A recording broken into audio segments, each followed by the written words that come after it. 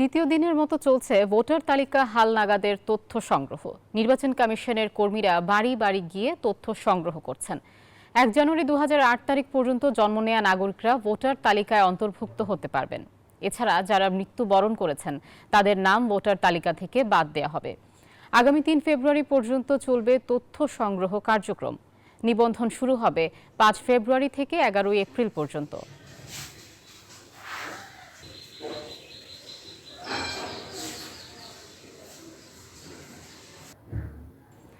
দর্শক, বাড়ি বাড়ি গিয়ে ভোটার তালিকা হালনাগাদ কর্মসূচি শুরু করেছে নির্বাচন কমিশন।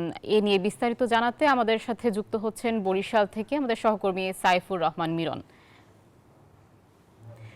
মিরন, নতুন ভোটার হওয়ার জন্য কি কি তথ্য দিতে হবে আর ইসি কর্মকর্তারা কি বলছেন?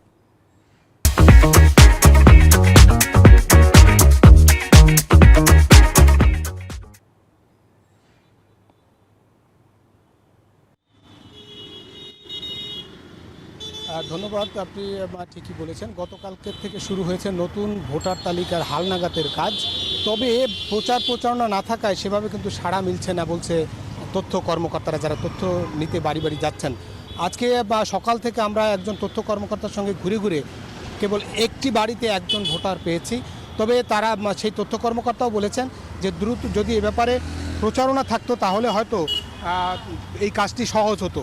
তারপরও তারা বাড়ি বাড়ি যাচ্ছেন এবং প্রত্যেক বাড়ি গিয়ে তারা যারা মৃত্যুবরণ করেছেন ভোটার তালিকা থেকে তাদের কর্তন করছেন, বাদ দিচ্ছেন এবং যারা এখনও ভোটার হননি তাদের ভোটার করবার জন্য তারা চেষ্টা চালাচ্ছেন।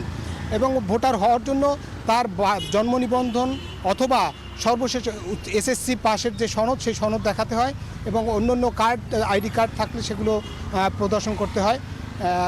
এছাড়া তারা যেমনটা বলছেন যে যদি এই ভোটার তালিকা হালনাগাদ করার জন্য তারা বলছেন যে আগামী হয়তো 2 দিন পরে মসজিদে যদি এ ব্যাপারে একটা প্রচারণা চালায় তাহলে হয়তো তাদের বেগ পেতে হবে না।